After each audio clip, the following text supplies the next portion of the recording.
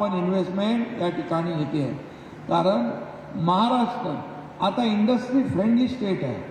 या ठिकाणी आपण इन्व्हेस्टमेंटमध्ये परदेशी गुंतवणुकीमध्ये नंबर 1 महाराष्ट्र आहे. उद्योगधंद्यामध्ये आपण नंबर 1 आहोत. FDIमध्ये आपण नंबर 1 आहोत. स्वच्छतेमध्ये देखील देशामध्ये राज्य आपलं पहिल्या नंबरचं आलं आहे. आणि म्हणून GDP मध्ये आपण पहिल्या नंबरला आहोत. आणि म्हणून महाराष्ट्राचा होत असलेला विकास जो आहे वेगाने होतो. आणि म्हणून विरोधकांना काही समजत नाही काय बोलायचं. विरोधकांच्या पायाखालची वाळू सरकलेली आहे. त्यांच्या पोटदुखी झालेली आहे. आणि त्यांना नाहक आरोप रोज प्रत्यारोप सरकार पडेल अमकं होईल तमकं होईल ते करताय. परंतु सरकार का आपल्या सगळ्यांच्या आशीर्वादाने मजबूत होत गेलं. आज 210 आमदार असलेले हे मजबूत स्ट्रॉंग सरकार आहे महाराष्ट्रामधलं.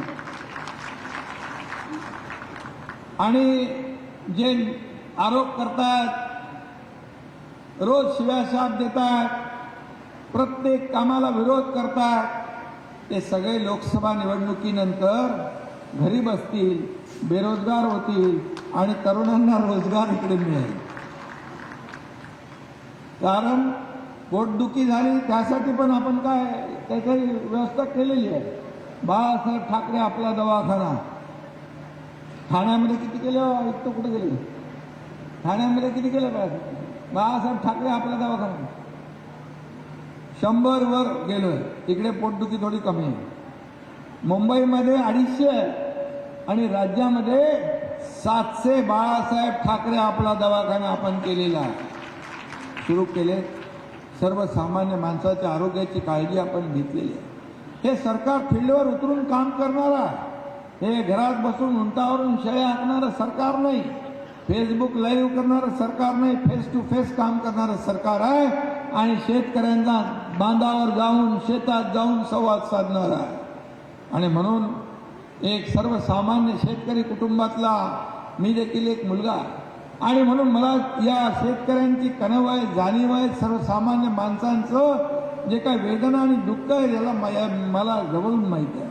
आणि म्हणून या ठिकाणी आपल्या देशाला महासत्ता करण्याचा निर्धार जो आहे करणारे आपले लोकप्रिय आणि यशस्वी प्रधानमंत्री यांनी जो निर्धार केला आहे की 11व्या क्रमांकावर आर्थिक आपली अर्थव्यवस्था 5व्यावर आणली त्यांनी 10 वर्षामध्ये. आणि आता पुढच्या वेळेस ती 3ऱ्यावर जगामध्ये अर्थव्यवस्था 3ऱ्या नंबरला आणायची आहे.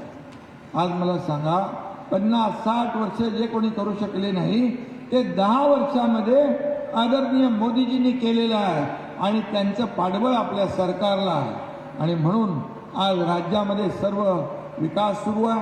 आज आपण एक जर समृद्धी हायवे बघितला, आपण MTA लाटल सेतू पाहिला, आपण पुणे मिसिंग लिंक आपण पाहिली, अनेक आपण प्रकल्प करतोय, अनेक प्रकल्प आपले सुरू आहे.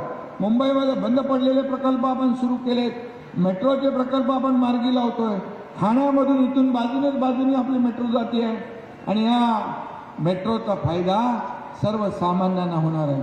वाहतूक कोंडीमधून दूर लोकांना दिलासा मिळणार आहे. आणि म्हणून सर्व समावेशक यांनी अगोदरच्या सरकारने सगळे खुट्टे मारून ठेवले होते, स्पीड ब्रेकर टाकून ठेवले होते.